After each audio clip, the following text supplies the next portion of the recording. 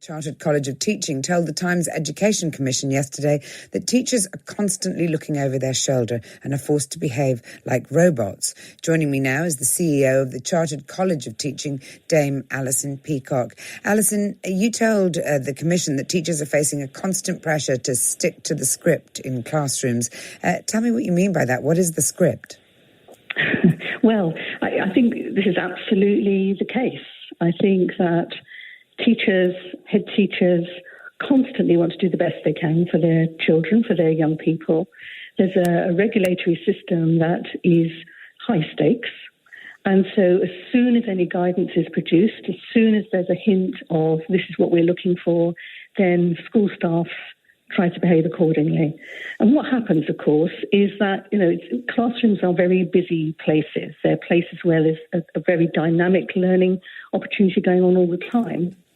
If you're constantly feeling as if I've got to do this in the right way, otherwise someone will check up on me, whether or not they actually will, as much of this is about perception as it is about reality. Because, of course, inspections don't happen that often. But just this morning, I was speaking to a head teacher of an outstanding school. His school had been judged to be outstanding in the last 3 years. So it wasn't one of these schools that had been judged a long time ago and hadn't had a recent inspection. And he said to me, I constantly worry, if I were to have another inspection, have I got enough money in the bank to pay the mortgage if I were to get sacked? Now, that's crazy. And this is not a weak leader. It's just there's a kind of little bit of a niggle in the back of his head that says, supposing I'm not good enough. And what started this culture? And do you think it's a situation where teachers just don't feel they have any sort of autonomy anymore at all in order to make decisions? I think the culture has been there ever since Ofsted was first arrived in our schools 30 years ago.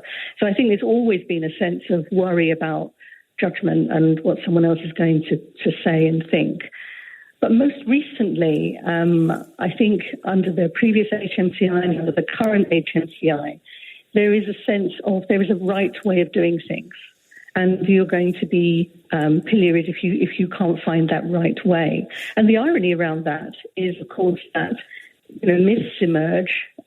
So again, I was speaking to a teacher yesterday, and she was saying, I can't sing songs with my children anymore in reception. And I said, why can't you? And she said, well, because we're not allowed to. Because if we follow one phonics scheme, then we're not allowed to sing songs about initial letters from others. And I was like, I don't think it says that anywhere. So there's a kind of a fear that is, and if you speak to an Ofsted inspector, they would say to you, oh, there isn't a problem, but they're not going to hear that problem, are they? Who's going to speak to a senior Ofsted inspector and say, I'm frightened of you? But I suppose it's a question of, what are Chinese whispers and what in reality are sort of edicts from Ofsted, isn't it? And Ofsted were formed to raise school standards, and an Ofsted spokeswoman has responded by saying we're unapologetic about having high standards for children's education. And regulation is an important part of that. I'm sure you'd agree, Alison.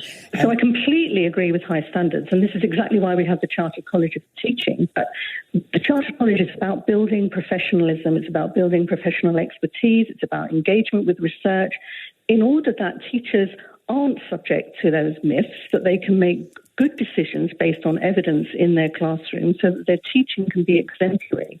And what I was saying yesterday to the Commission was, we want to be in a position where the profession isn't driven by the inspectorate. We want to be in a position where the profession is checked up on maybe by the inspectorate, but has a kind of greater sense of purpose related to this is the best teaching that I can possibly deliver. And this is how I know it's great teaching. This is what I've read, and this is who I've talked to, and this is what I've researched. This is why I'm a chartered teacher. So we're really trying to raise the status of what it means to be a teacher and to evidence your expertise so that we don't have to be second-guessing and we don't have this culture of fear, because it's unhelpful for everybody. Just finally, Alison, how do you achieve that happy medium? I think we achieve it through high-quality professional learning.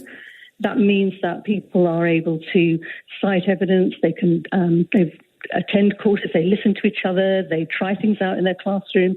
It's about criticality. It's about essentially really doing the best they can for their children, not because someone else has said this is what you've got to do, but because teachers have explored it and found out for themselves and worked together with colleagues through the new national professional qualifications, through becoming chartered.